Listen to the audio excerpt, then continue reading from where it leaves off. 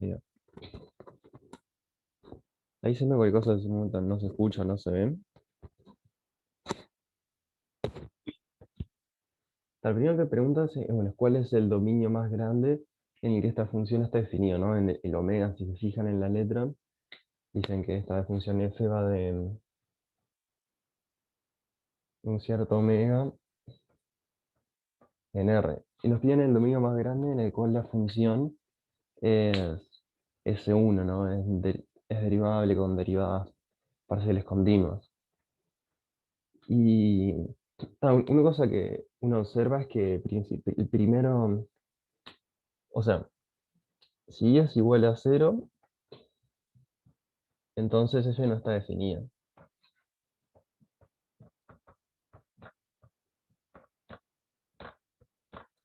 Eso es bastante claro en los casos de, o sea, si igual a cero no tiene sentido, porque estamos dividiendo entre cero. Pero si en el caso de que si es distinto de cero, entonces entonces está todo bien, porque podemos hacer f sub x es igual a, que vendría a ser f sub x. Voy a poner los argumentos, porque me parece que, siendo que hay dos funciones,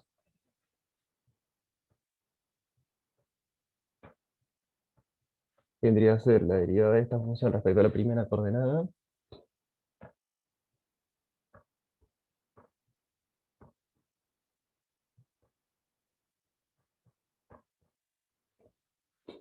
¿No? Porque como la x aparece solo en la primera coordenada, derivamos respecto a la primera coordenada y multiplicamos por lo que multiplica la x. ¿Verdad? Esto es algo que está bien definido siempre con y distinto de cero. Después por otra parte tenemos f sub i. Fíjese que la y aparece en las dos coordenadas, entonces vamos a tener las dos derivadas de esta función f. Ahora que vamos a tener, como decirlo, vamos a tener f sub x de x sobre y, z sobre y, por menos x sobre y al cuadrado, viendo que digamos, o sea, esto acá de este menos x sobre y al cuadrado es la derivada de esto acá adentro.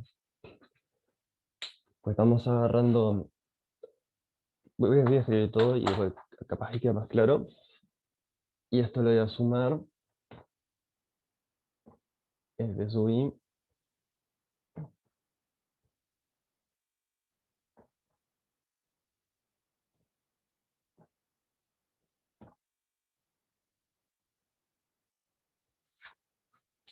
siendo que esto viene de acá.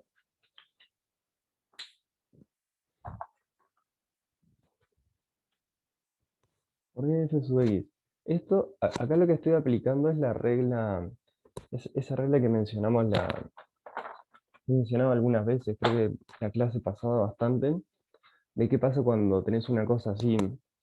O sea, porque tenemos como esta función de acá y queremos derivarla respecto ahí, pero la y aparece en los dos lugares. Entonces vos lo que haces es primero derivar respecto a la primera coordenada de esta función, que en este caso es f sub x, y lo multiplicas por la derivada respecto a y de esto de acá adentro. ¿Qué es lo que dice acá? O sea, derivo respecto a la primera coordenada que tiene ahí y multiplico por la derivada de lo de adentro. Según x, sí, porque ¿qué pasa? ¿Qué significa? Acá derivar según x, o sea, esto derivar según x significa que estás derivando respecto a lo que hay en este lugar. Eso acá puede ser un poco, o sea, como decirlo, esta x no es lo mismo que esa x de ahí. O sea, cuando digo f sub x me refiero a eso, a la primera coordenada de esta función. Claro, o sea, yo estoy derivando respecto a y. La y que varía es esta de acá abajo. Pasa que ahí capaz hay una cosa que capaz puede ser un poco ambigua, eso de que los subíndices en general indican solamente respecto a a qué coordenada estamos derivando. O sea, en este caso las variables tenemos estas variables acá adentro. O sea, una cosa son las variables y otra cosa son estos subíndices que lo que te indican es respecto a qué coordenada estás derivando. No sé si eso queda claro, ¿no? ¿Alguien tiene duda de eso? O sea, lo que haría derivar esto acá respecto a y aplicando aquella regla. De vuelta, es la regla de la cadena en varias variables. Está buenísimo. Y más.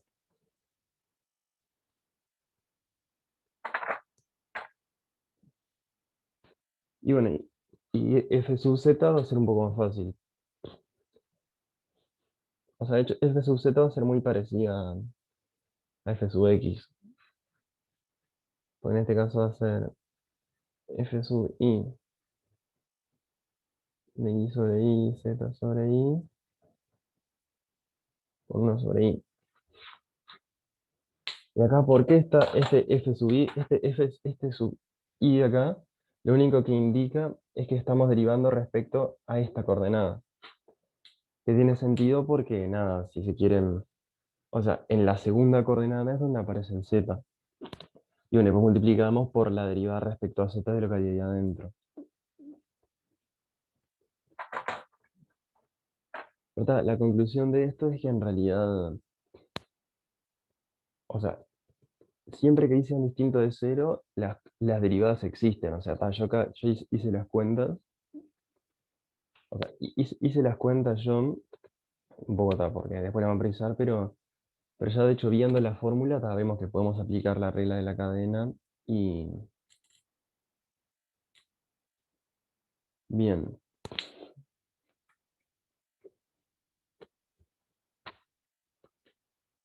Sí, capaz hay una cosa que, no sé si capaz lo puedo llegar a escribir de otra forma. Capaz lo que podemos hacer, y capaz aclara un poco, es a esta función f, pensarla como, vamos a hacer así. Vamos a, vamos a pensar que esta f de R2 en R, vamos a pensarla como que es f de u, v, ¿no?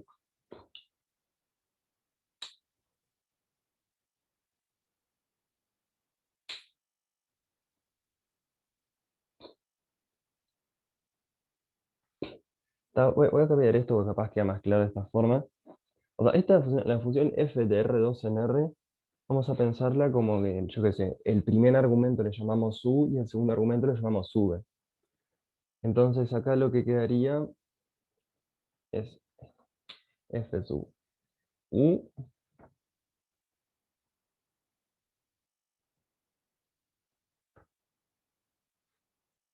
la derivada respecto a u, la derivada respecto a v,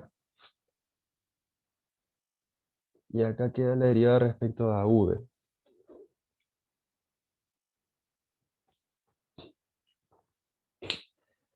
Primero que nada hago ese cambio porque me parece que, o sea, hago ese cambio porque me parece capaz va a quedar un poco menos confuso. Y en f sub z no hay f sub x. O sea, porque en realidad la Z aparece solo en el segundo. O sea, en realidad uno podría poner, bueno, esto, podría poner más f sub x por la derivada respecto a z de esto de acá, pero como da cero, nada, no. Al final no aporta nada eso.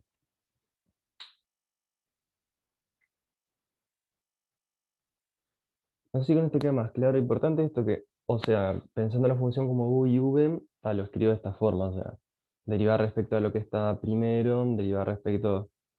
Porque, no sé si pensándolo de esta forma, con u y v queda un poco más claro. Porque cuando uno considera derivar respecto a x, la x solo aparece en la posición de la u.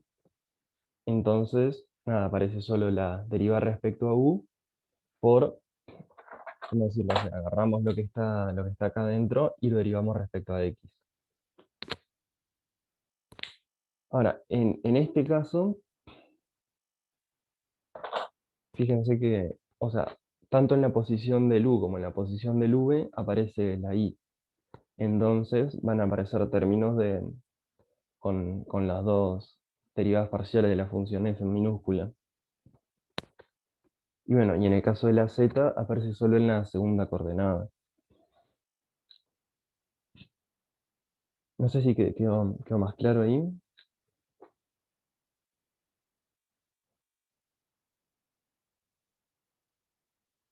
Ahí va, sí, sí. Sí, que va a quedar un poco confuso eso de usar siempre x en y inicio. Y lo que siempre digo, o sea, esto acá es tipo lo que se llama la regla de la cadena en varias variables. Si quieren lo pueden pensar como,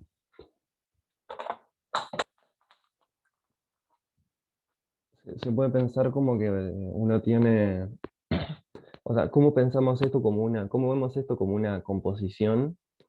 Me parece que capaz está bueno ver eso. Lo que vimos acá es que, bueno, el dominio más grande en el que se uno es el conjunto de los puntos que y es distinto de cero, como dice la solución, porque tal, en las derivadas. Pero, no sé, me parece que está bueno.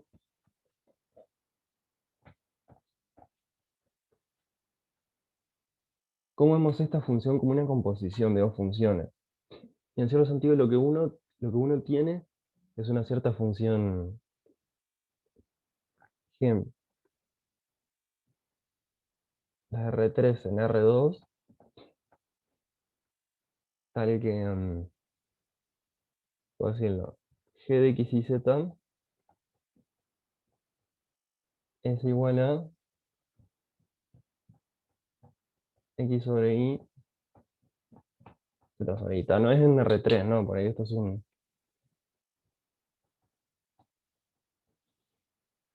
omega. Entonces, si consideramos esta función, ¿no? Una función que va de R3 en R2, o sea, dado tres números, te da dos números. A esto voy a ir borrando estas cosas después, porque cosas lo volvemos a hacer, o sea, no son cuentas muy difíciles. Lo que termina pasando, si se fijan, es que f de x y z, esta es igual a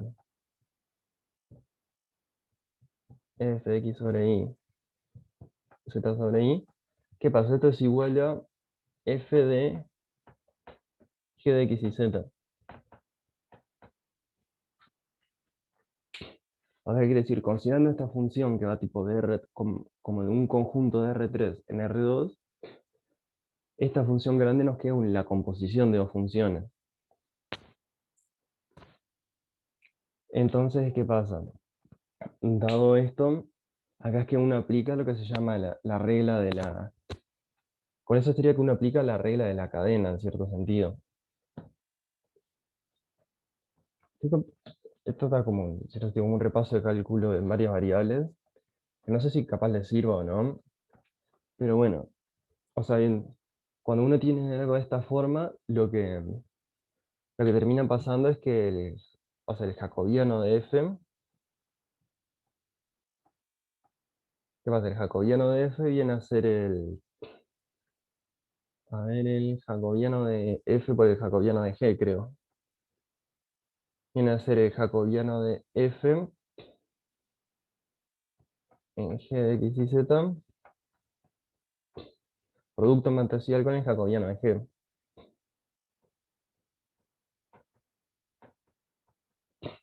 Que eso, la regla de la cadena en varias variables, lo que dice es lo que dice la regla en varias variables, o sea, la regla de la cadena en varias variables, estoy lleno un poco, es esto que cuando uno tiene una composición de dos funciones, el jacobiano de una función es el producto del jacobiano de uno con el jacobiano del otro. Que si se fijan, esto debería ser una cosa más o menos compatible, porque en este caso el jacobiano de G, que viene a ser esto, viene a ser una matriz, viene a ser 2 por 3, Y el jacobiano de f es un vector tipo de, bueno, de dimensión 2. Si se quiere, lo podemos pensar como 1 por 2. O sea, son dos matrices compatibles que podemos multiplicarlas.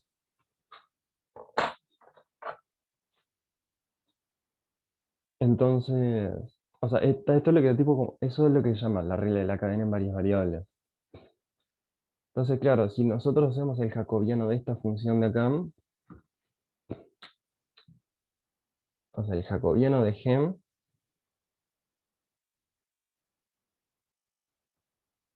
¿qué es lo que da esto?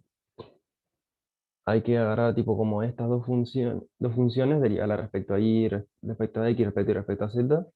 Entonces lo que nos queda, derivando respecto a x, nos queda 1 sobre y, derivando respecto a y nos queda menos x sobre y cuadrado, y derivando respecto a z esto nos queda 0, o sea, te el jacobiano de esta función de acá.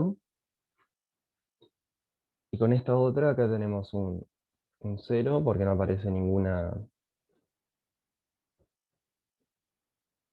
x, y acá un 1 sobre y. No, acuérdense que yo siempre pienso que la primera columna son las x, la segunda columna son las y, la tercera son las z. Este es el jacobiano de G. Y después, ¿cómo es este otro? El jacobiano de f. O sea, el jacobiano de f en g de x y en este caso es el gradiente nomás. O sea, al ser una función de R2 en R, voy a ir borrando acá arriba por un tema de que medio chico el pizarrón.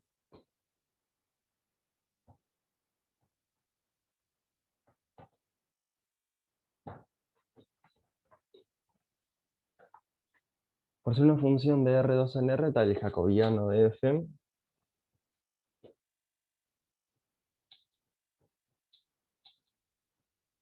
Y bueno, sería ser el gradiente de f, gradiente de f, bueno, es g de x y z.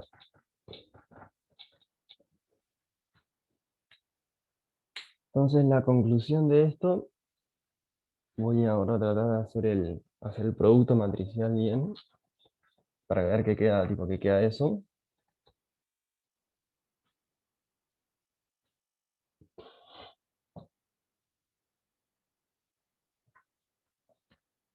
La conclusión acá vendría a ser que, a ver, el jacobiano de la función f en x y z viene a ser este gradiente de acá. A ver, vamos a ver si también, sí. Viene a ser el gradiente, que vamos a ponerlo como una cosa así. O sea, el gradiente viene a ser, bueno, primero, f sub u. Y como estamos hablando en esto, viene a ser x sobre y, z sobre y. Después, y abajo f sub v,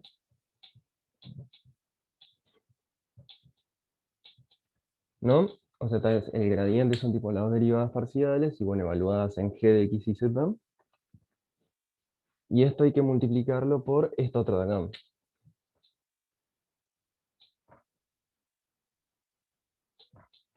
Uno sobre i, 0, menos x sobre y cuadrado, menos z sobre y cuadrado, 0, 1 sobre i.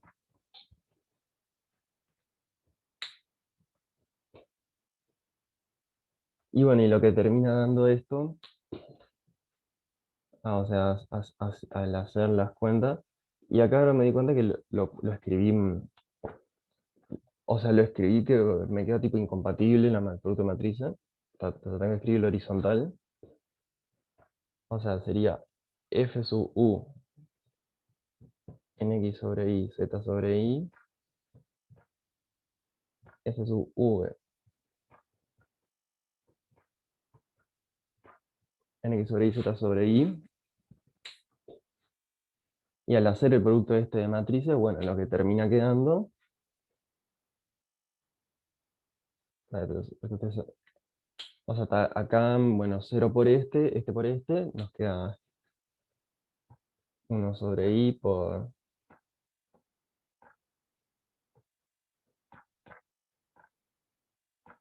Esa es la primera coordenada, que vendría a ser esto por esto. Después para la segunda tenemos esto por esto. Por ejemplo, tenemos este por este acá, nos queda tipo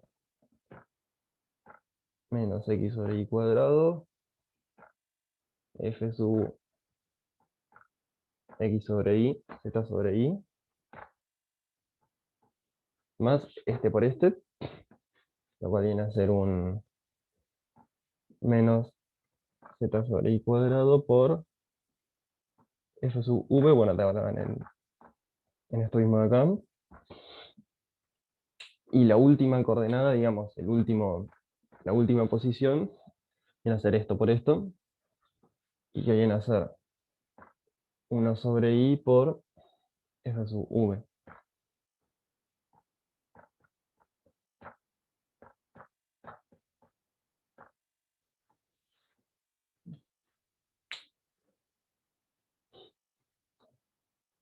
¿Y cómo interpretamos este vector de acá? Acuérdense que este vector es el jacobiano de f. Se lo borro porque yo lo escribí. Y el jacobiano de f, ¿qué quiere decir? O sea, en este caso que f es de R, f va de R, más o menos de R13 en R, el jacobiano de f es el gradiente de f. Esto vendría a ser el gradiente de f en x y z. Conclusión, esto de acá viene a ser f sub x, esto acá viene a ser f sub z, y bueno, y este de acá viene a ser f sub y.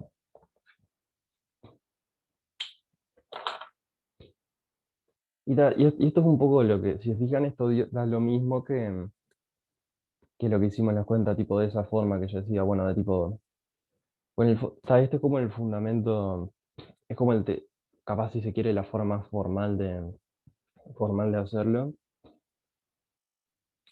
Perdón, este sería como el teorema de cambio variable perdón, el teorema de la regla de la cadena en varias variables.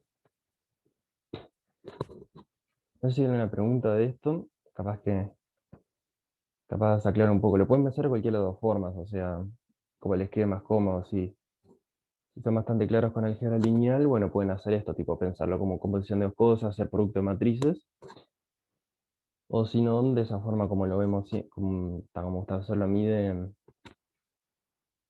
que es eso, ¿no? Como, bueno, derivada respecto a la primera coordenada por la derivada de lo que hay adentro. Pues si se fijan, acá lo que tenemos son, o sea, esta matriz de acá vienen a ser esta matriz de acá vienen a ser las derivadas respecto a la primera y la segunda coordenada, y esta otra matriz de acá representa lo que vienen a ser las derivadas de lo que hay adentro. Y ahí queda como termina.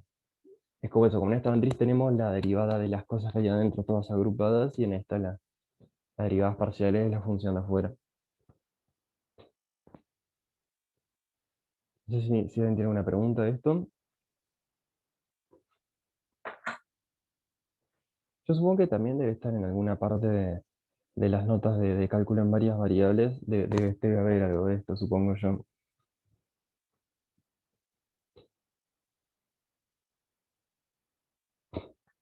Está buenísimo. Entonces en ese caso seguimos con la parte B con la parte B del ejercicio, el ejercicio 13. Bien.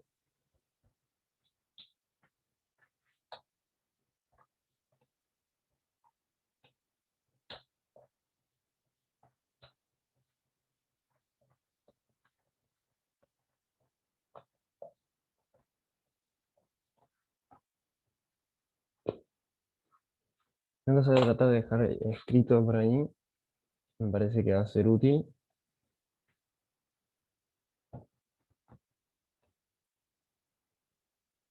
F sub x igual a 1 sobre i por f sub u en i sobre i z sobre i. F sub i era menos x sobre i cuadrado. F sub u x sobre y, z sobre y, menos z sobre y cuadrado, f sub b, z sobre y, y f sub z era igual a 1 sobre i. ¿Cuál es la respuesta de la parte A? La respuesta es básicamente sí, sobre i, gracias. La respuesta de la parte A es básicamente lo que dice en la solución del práctico. No la escribí porque está ahí en las soluciones. Y es que, o sea, el omega es el conjunto de los x y z tal que y es distinto de cero. Eso lo hizo por lo menos, no sé si sabían que está ahí tipo como unas, si se fijan en la parte de soporte escrito, está la pestaña que dice prácticos, luego hay una pestaña que dice solución de los prácticos. Ahí tienen un PDF con las soluciones de cada práctico. Yo o sea, muchas veces, siendo que está ese PDF con las respuestas a los ejercicios, hasta muchas veces no voy a escribir lo que dice, pero esa mi pregunta, está perfecta la pregunta. O sea, la respuesta es eso, es el omega es el conjunto de los x y z tal que y es distinto de cero. ¿Qué tal? No la escribo por eso, porque está escrita ahí en el PDF.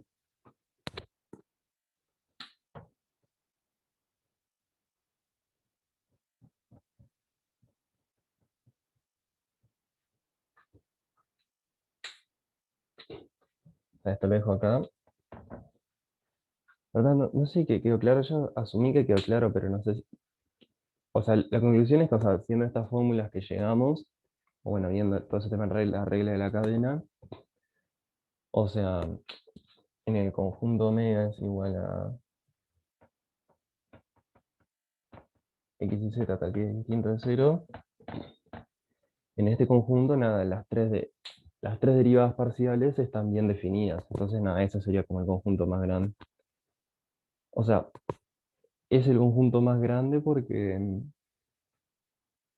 ¿cómo decirlo? No le puedes agregar nada porque, o sea, si se fijan, los puntos que no son de este conjunto son los que y es igual a cero, y un punto en el que y es igual a cero, la función no está definida por estos cocientes que aparecen acá. Así que yo creo que, no sé si les queda claro que sería esa la respuesta. No lo pregunté, pero sí, pero eso está bueno preguntarlo, no sé si les queda claro.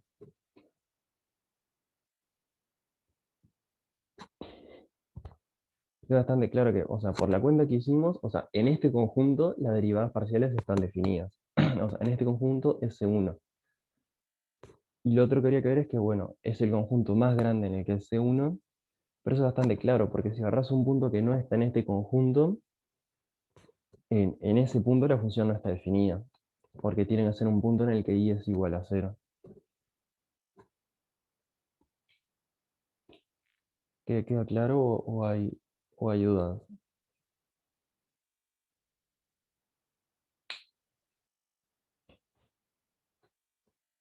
Espera un cachito por aparte, llevo un poco de tiempo a escribir.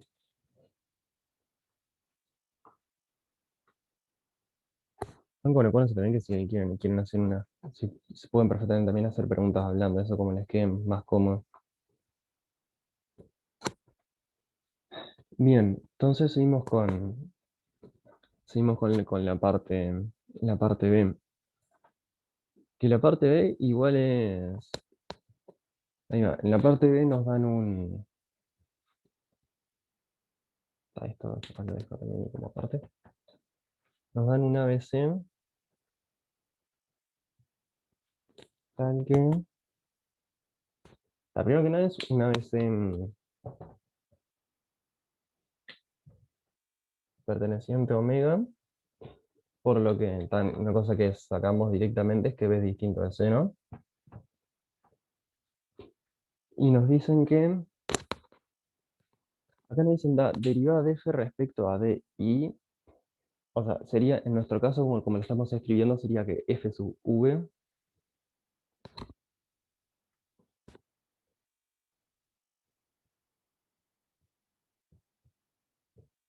es distinto de cero.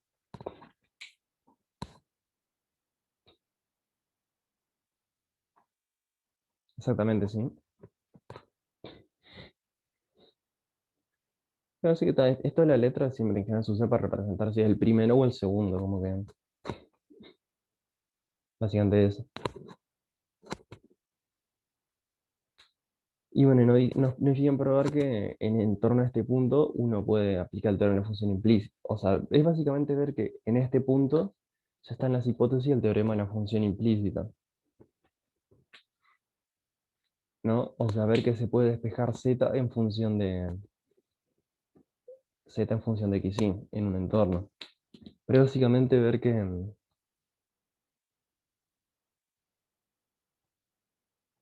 a ver, f sub z en ABC, ¿qué viene a ser? 1 sobre b, f sub v de a sobre b, c sobre b. Y esto es distinto de cero, ¿eh? O sea, por hipótesis, uy, se me cayó. Con el tema de si es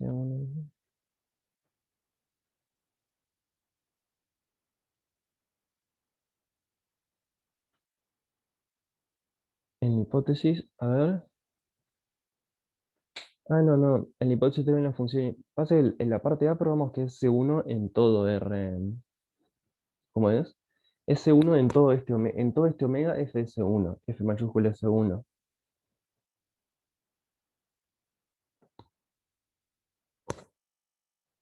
O sea, lo que tenemos es que.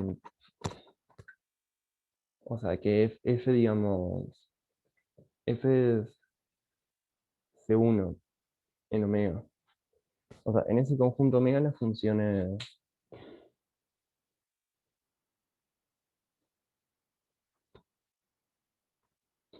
Ah, claro. ¿Pero qué dice? En la versión de general te dice C a la R, ¿no?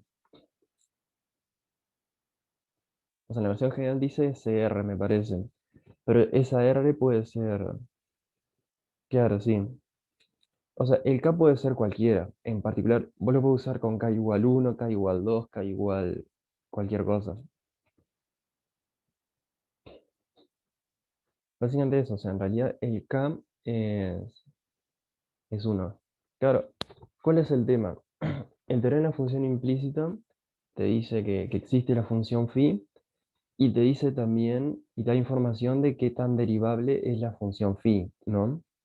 Entonces, si vos tenés una función C1, usa el teorema de una función implícita y te dice que la función phi de despejar, esa función phi es C1, te da esa información. En cambio, si vos probaste que la función original era C20, entonces el teorema de una función implícita te dice que la función phi va a ser C20, ¿me entendés?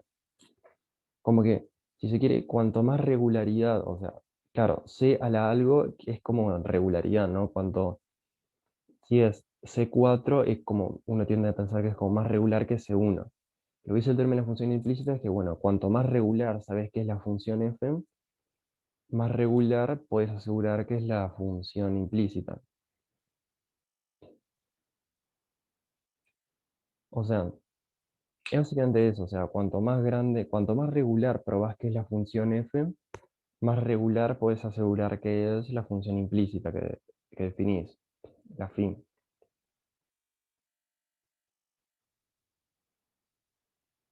Claro, si vos querés de una probar que la función phi sea derivable 3 veces, tendrías que probar que la función original es C3. Sí, sí.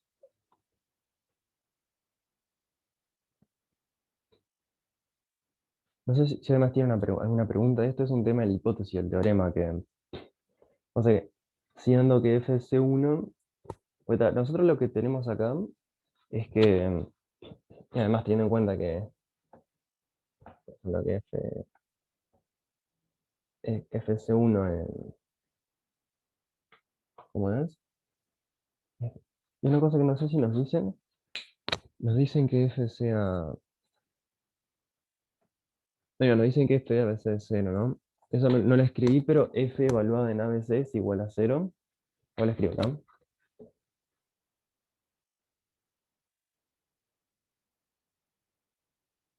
Y f es seguro en ABC en particular.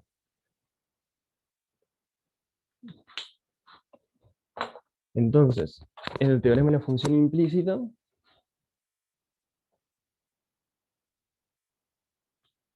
nos da una cierta G de función. ABC igual a cero es por hipótesis, ¿no? Sí, por hipótesis, por hipótesis. Gracias. Bien, bien. No, gracias a vos por la aclaración. El teorema de función implícita es lo que nos da una función phi de, ¿cómo decirlo? Vamos a decir, vamos a hacer así. Nos da tipo un z es igual a phi de xi, o sea, tipo una función, o sea, en un entorno de,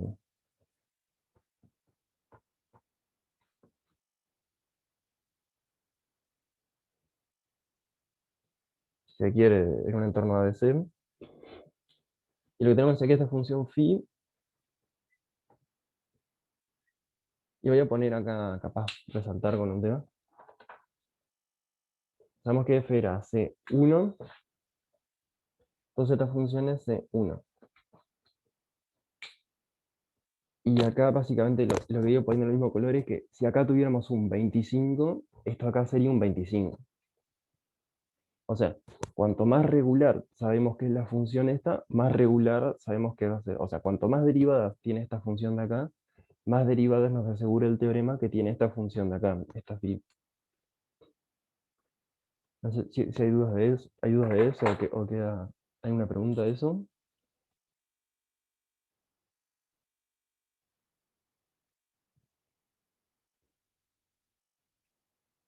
o queda claro. Porque esto es lo que nos pide lo que nos pide la parte B, básicamente mostrar que eso, que existe una función, esa función phi.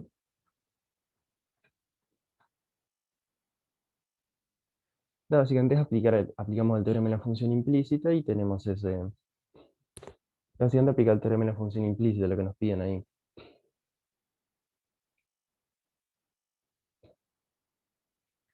Ese NOP es una respuesta, capaz pregunté si hay preguntas.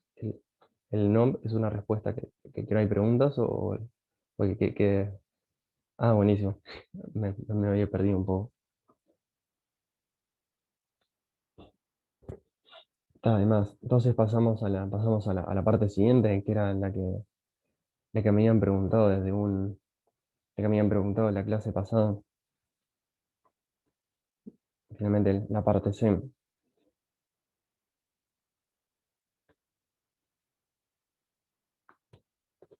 Entonces, no hay más preguntas. Supongo que sí, si no hay preguntas hasta ahora. Igual si a alguien surge una duda después, me pueden preguntar más adelante. Pero lo que restaría ahora es hacer la parte C. Que la parte C básicamente es hacer una cuenta, que bueno, normalmente no me salen muy bien las cuentas en el pizarrón, pero nada, esta se la practiqué, así que supongo que va a salir, espero que salga bien. Pero voy borrando acá y hacemos la cuenta.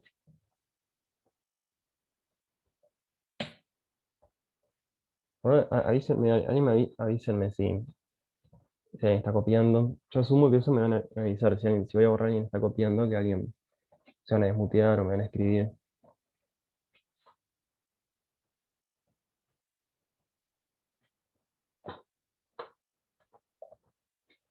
O sea, la ecuación que nos piden demostrar, está una ecuación en derivadas parciales, de hecho, es una ecuación que sale de aplicar las reglas que nos dice la. Sí, f sub z. Ah, no sé qué habrá escrito, sí. Pero lo importante es que f sub z sea. Sí, sí, sí. Exactamente, sí. Sí, sí. O sea, en estos casos particulares, lo que te pide el teorema de la función implícita a probar es que f sub z sea distinto de cero, sí. O sea, vieron que en general lo que les queda es tipo una matriz, ¿no? Que el determinante de esa matriz tiene que ser distinto de cero. O sea, en general, tipo, en el caso general, tipo de f de r a la n más m, ¿no? Que lo piensan como f de x y con este perteneciente a Rn y este y perteneciente a Rm, lo que tiene que ser distinto de cero es tipo algo así como un determinante, ¿no? Que es tipo f sub i1. Y por ejemplo tenemos un punto tal que f de a b es igual a 0. F sub i1 en AB. No, esperen, discúlpenme. Es medio complejo, ¿no? Acá escribí cualquier cosa, discúlpenme. Y esto va a RM. O sea, ¿qué tendríamos? Tendríamos que f de xy es igual a f1 de xy hasta fm de xy. Esto me parece que está bueno tratar de aclararlo. ¿No? O sea, la función tiene, son como m funciones, cada uno de n más m variables, pero los escribo de esta forma, ¿no? Como el x lo pongo como las primeras n y el y las últimas m. Entonces, en este caso, lo que nos pide el teorema ver que es distinto de cero es tipo, es un determinante, ¿no?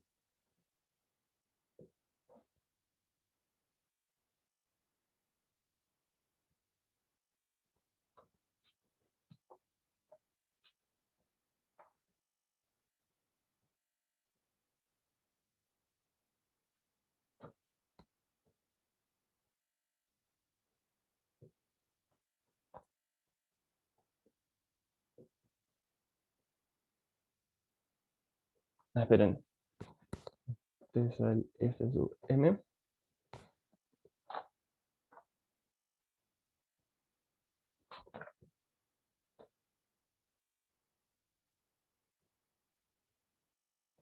de f sub m.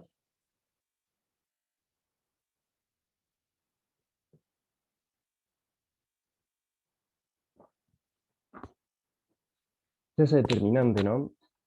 O sea, que este determinante consiste, es como agarrar estas m funciones y considera tipo solo las derivadas respecto a las variables de esta de acá. O sea, a las m variables de acá.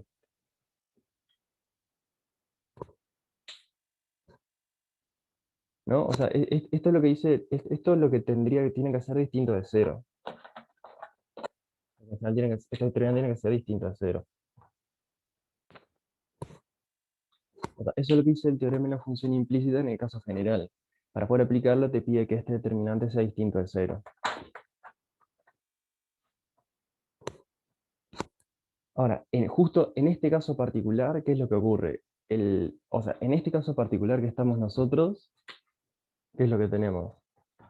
Tenemos que m es igual a 1. Entonces, si se fijan, este determinante, lo único que les termina quedando es tipo el determinante de una matriz 1 por 1, que termina siendo la derivada de f respecto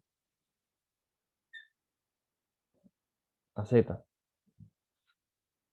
No sé si queda claro, ¿no? Que, o sea, que en este caso particular, esta matriz se convierte en, o sea, termina siendo una matriz de,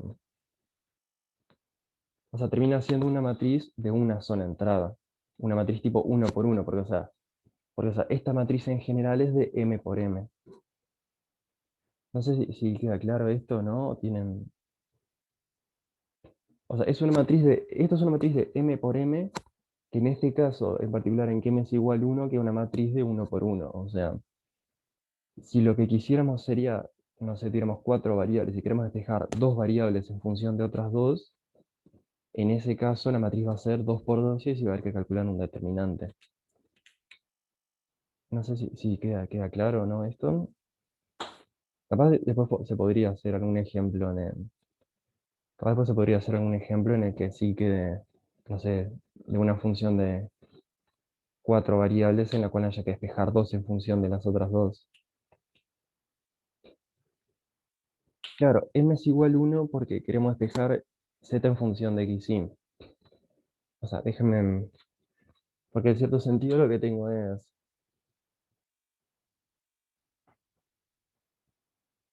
f de x y z, y entonces, si se quiere, estos dos vendrían a ser como vendrían a ser como el Rn, y este de acá vendría a ser el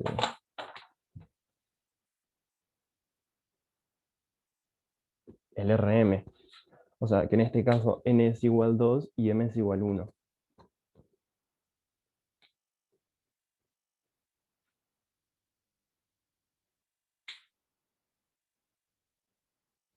Si despejas 2 en función de una, por ejemplo, hay dos derivadas que tienen que ser distintas de cero. Sí, o sea, si despejas 2 en función de uno, te va a quedar el determinante de una matriz 2 por 2, básicamente. O sea, si despejas dos variables en función de una, te va a quedar... Sí, sí, te va a terminar quedando en realidad el determinante de una matriz de 2 por 2. O sea, siempre esta matriz va a ser de m por m. Eso es un detalle. O sea, la matriz siempre va a tener m filas y m columnas. Porque claro, o sea, son las filas, o sea, las columnas son tipo, tenemos las m variables, acá las m variables, y acá tenemos las m funciones. Siempre es importante que coincidan estos dos, ¿no? Eso es un detalle importante. O sea, para despejar tipo dos, si yo quiero despejar dos variables en función de otra, es importante que la función tiene que ir a R2. Igual, esto no sé, capaz no estoy tocando muy en el aire esto. En todo caso, capaz después podemos ver un ejemplo. Pero no sé si alguien tiene una pregunta ahora, por lo menos de cómo se aplica en este caso. O sea, lo importante es ver esto, ¿no? Que el caso m igual 1, o sea, queda un determinante de una sola cosa.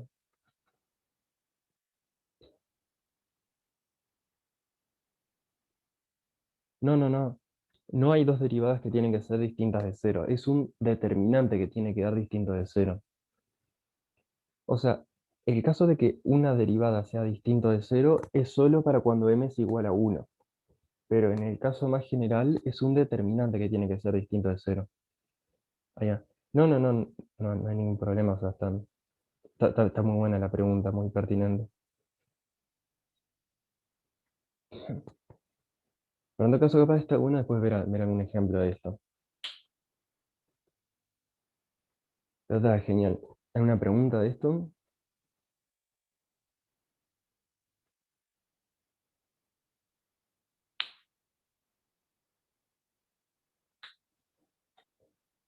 Está genial. Capaz, entonces vamos a hacer la cuentita. O sea, la cuentita de la parte C.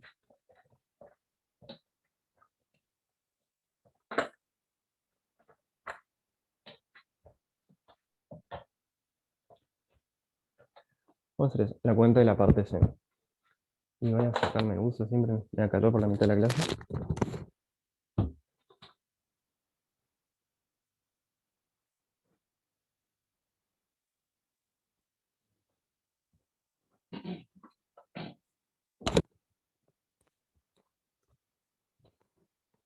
O sea, y la ecuación esa de la parte C va a terminar viniendo de las relaciones que tenemos para las derivadas parciales. Para las derivadas parciales de la phi.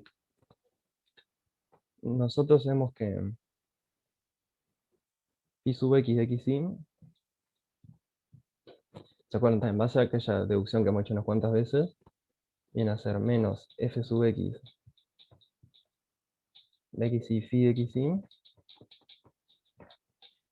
dividido f sub z xy phi de xy. No, este tipo era una cuenta que hemos hecho varias veces. Entonces, si acá, bueno, escribimos estas cosas, o sea, en función de lo que tenemos ahí arriba, lo que nos queda nos estaría quedando menos f sub u de x sobre y,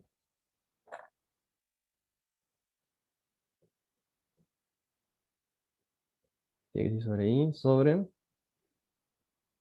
f sub v de x sobre y, de x sobre y. Pues claro, o sea, tenemos estos sí que se cancelan. Eso sería lo que da la primera. Cualquier cosa, interrúmpanme si hay alguna duda. ¿Verdad? Esto es lo que da la derivada parcial de phi respecto a x. Y ahora, si hacemos la derivada parcial de phi respecto a la otra variable, eso queda con la otra, ¿no? Es f sub i.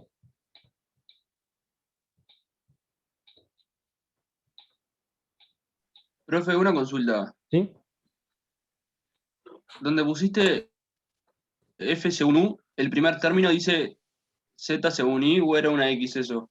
Ah, esto viene a ser una x, sí. Bien, Viene a ser una x, sí. bien. Ahí va, gracias.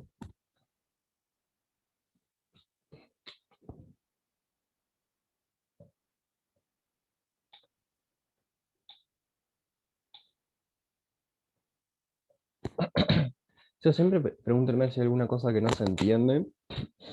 Seguramente haya alguien más que también que tampoco lo entienda. Yo cuando escribo algo no muy claro. Pero bueno, acá cuando desarrollamos esto, lo que nos viene a quedar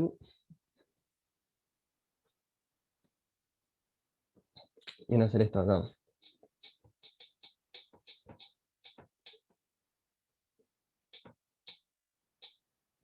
En los argumentos no voy a escribir los argumentos. O sea, siempre son estos acá los argumentos. O bueno, capaz lo escribo una vez. Capaz que entras, fíjate.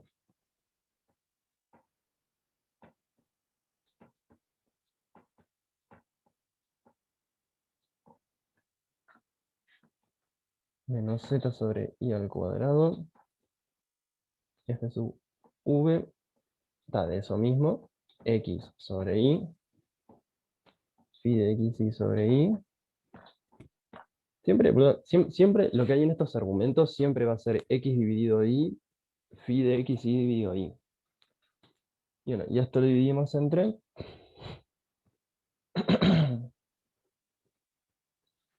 la derivada de lo de abajo respecto a... A ver si hay alguna cosa que me esté olvidando. Ah, sí, este El z. segundo es un más, ¿no? Segundo sumando. Es un más, me parece. Por el signo. Ah, en realidad los dos son más, ¿no? Los dos, sí, es verdad. ¿Verdad? Muchas gracias. Y una cosa que me está olvidando, o sea, este z de acá está colgado el z. Acuérdense que en realidad en z iba phi de x, y. O sea, acá en vez de un z, va un phi de x, y. O sea, es básicamente en esta ecuación de acá, a los z los cambiamos por phi de x, y. Por... Diga, gracias. ¿No? ¿Se entiende como las cuentas que se están haciendo hasta ahora? Claro, tal cual este menos convierte estos dos menos en más. Y a los z los cambiamos por phi de x, y.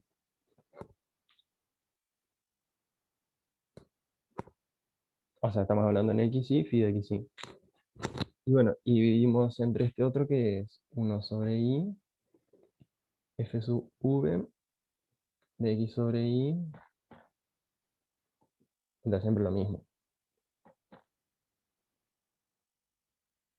sobre y.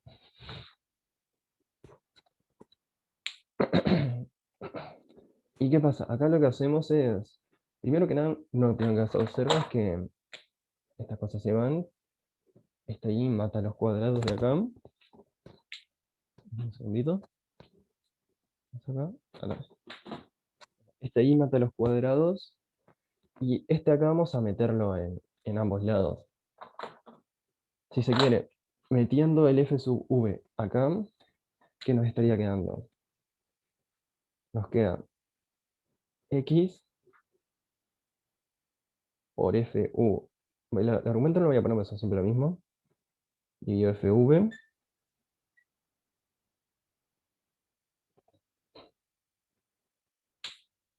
No, porque metemos este para acá, queda fu dividido fv. Y cuando lo metemos en este otro, queda... Se nos van, ¿no? Porque es lo mismo. Nos quedan más phi de x, y sobre I. ¿Y esto qué viene a hacer esto acá? Este FU dividido FV. O sea, en base tipo a la cuenta anterior.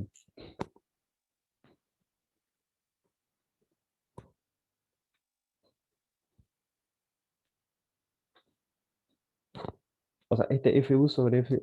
Pero, o sea, capaz está un poco más pensar como el razonamiento. No es phi de X. Claro, exactamente. Lo que uno quisiera, tenemos phi sub I, tenemos phi. Se fijan, la ecuación que queremos probar solo aparecen phi sub I, phi sub X y phi. Entonces, está, lo que queríamos, estas F, queríamos, si la podemos hacer que estas F se vayan y aparezca algo de phi, o sea, es lo ideal. Entonces, claro, pero por esta ecuación que tenemos acá arriba, esto de acá abajo, viene a ser menos X phi sub X.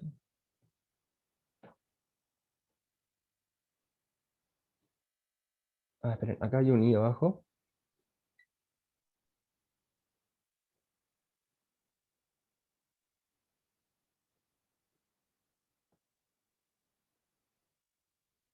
Sobre I. Esto acá, esto acá es el mismo. Esto acá es unido, o sea, es el I acá. Pero claro, o sea, lo único que hice fue a esto acá cambiarlo por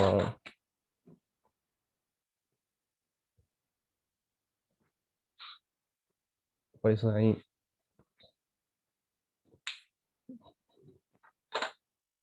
Y lo que no saber es que si acá. Ese último no lo entendí, si puedes repetirlo por favor, lo del F sub X, donde Este lo último, sustituí. No, que lo último que señalaste como que lo había sustituido en algún lado, pero no entendí dónde. esto de acá es de esta igualdad de acá, porque cuando calculamos phi sub X dio menos F sub U dividido F sub V. Y acá lo que nos apareció es un Ya, F sub. perfecto, ahí va, ya entendí, gracias. Nada, de nada. Bueno, gracias por preguntar. ¿Hay alguna otra duda de la cuenta hasta ahora? Pues básicamente es calcular las dos derivas parciales y bueno, ver que justo aparece una de las dos adentro de la otra.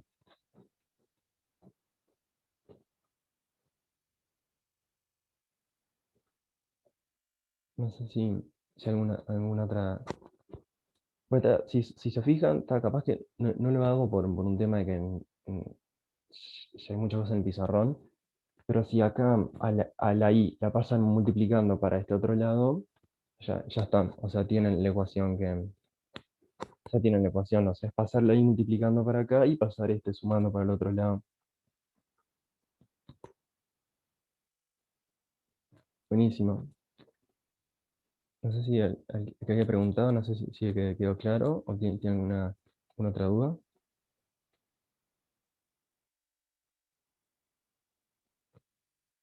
Ah, sí, sí, respecto a los videos, que bueno, casi se me pasa la pregunta. Este, sí, o sea, pasé el link arriba y también si se fijan en el foro de novedades, hay un hilo que puse en el foro de novedades. Fíjate, tipo, en el foro de novedades de la materia, a ver, capaz que todavía lo tengo pegado, o todavía lo tengo copiado. Sí, lo tenía copiado todavía. Ahí mandé el link como es, al hilo del foro de novedades en el cual paso el link. O sea, en ese hilo del foro de novedades está el link al canal de YouTube. No te preocupes por los que estén. Bueno, da igual, si alguien está viendo el video, no, iba tipo, a decirlo para la gente que está viendo el video, pero si alguien está viendo el video es porque ya, porque ya encontró el YouTube. Bueno, tendría mucho sentido responder la pregunta para la gente que está viendo el video. Buenísimo. Entonces, ¿queda alguna otra pregunta de esto?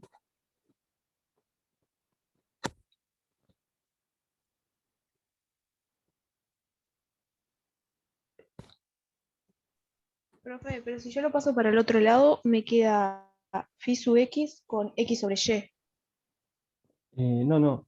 Deja que, para que A ver, capaz lo termino mejor. Aparte, que quedó muy entregado el pizarrón, entonces no creo que capaz que no se ve muy claro. O sea, yo lo que llego de esto es que phi sub y es igual a menos X sobre Y. O sea, si se quiere ya el Y, capaz que ya lo agarro el factor común, porque están los dos.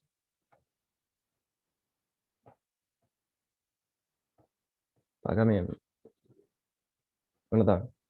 Voy a hacerlo poniendo las cosas que me estaba omitiendo sin querer.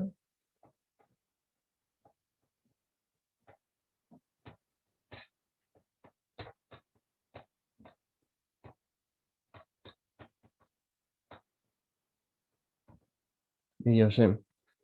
O sea, vamos a hacer un factor común de I. Y bueno, acá tipo está, o sea, es pasar el Y multiplicando. Este,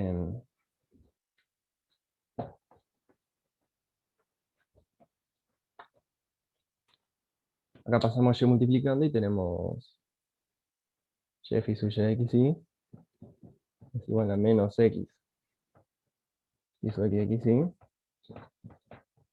más phi xy. Y ahí sí creo que queda claro, ¿no?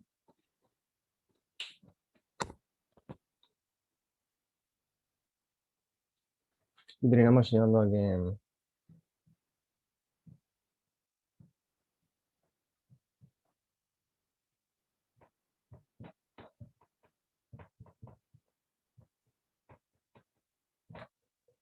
ahí va. Buenísimo. Y una cosa que quiero comentar al final, por contar más que me parece interesante. Pero bueno, antes pregunta sí. Sí, estoy viendo. Pero cuando haces con una.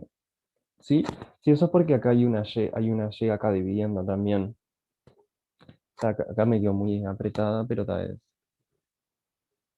No, pasa que esto. No, pasa que ya estaba la Y. O sea, de hecho, los dos ya tenían una Y dividiendo. O sea, ya venía desde antes la Y dividiendo en los dos. Sí, sí. No, si te fijas en la cuenta, los dos ya traían una. Los dos traían ya una Y dividiendo. Lo único que hice fue sacarlas. Sí, sí.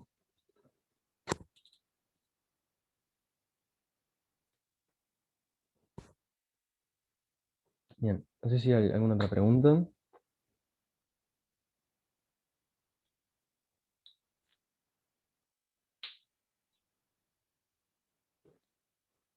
Un comentario que quiero hacer me parece interesante, porque en algún momento me preguntaron por qué puede ser útil, yo que sé, este teorema de deducir la función. Una cosa que me parece interesante es que una cosa que nos da este teorema, o sea, en este caso, en base al teorema, concluimos esta ecuación de acá. Esto es un comentario nomás de para qué sirve, me parece interesante. ¿Y qué pasa?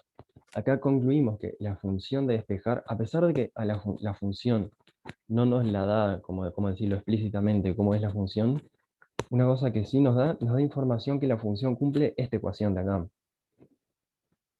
Que esto es una cosa que se llama una ecuación en derivadas parciales, que después, bueno, van a ver cómo es. Quienes hagan ecuaciones diferenciales van a ver ecuaciones en derivadas parciales, o sea, las ecuaciones diferenciales como las que ya vieron antes, y aparte van a ver estas otras, que son ecuaciones con funciones en varias variables. Y nada, o sea, uno estudiando esta ecuación en derivadas parciales podría, por ejemplo, sacar información de la función phi. Así como vieron que en base a una ecuación diferencial pueden hallar la función, capaz, usando técnicas de ecuación en derivadas parciales, podrían sacar información. Eso es como un comentario nada más al margen, que en base a esta ecuación uno podría sacar un montón de información sobre la función phi si le interesara por algún motivo. Berta, igual en general es mucho más complicado las ecuaciones en derivadas parciales que las ecuaciones diferenciales, las que están acostumbrados. Pero ese comentario nomás.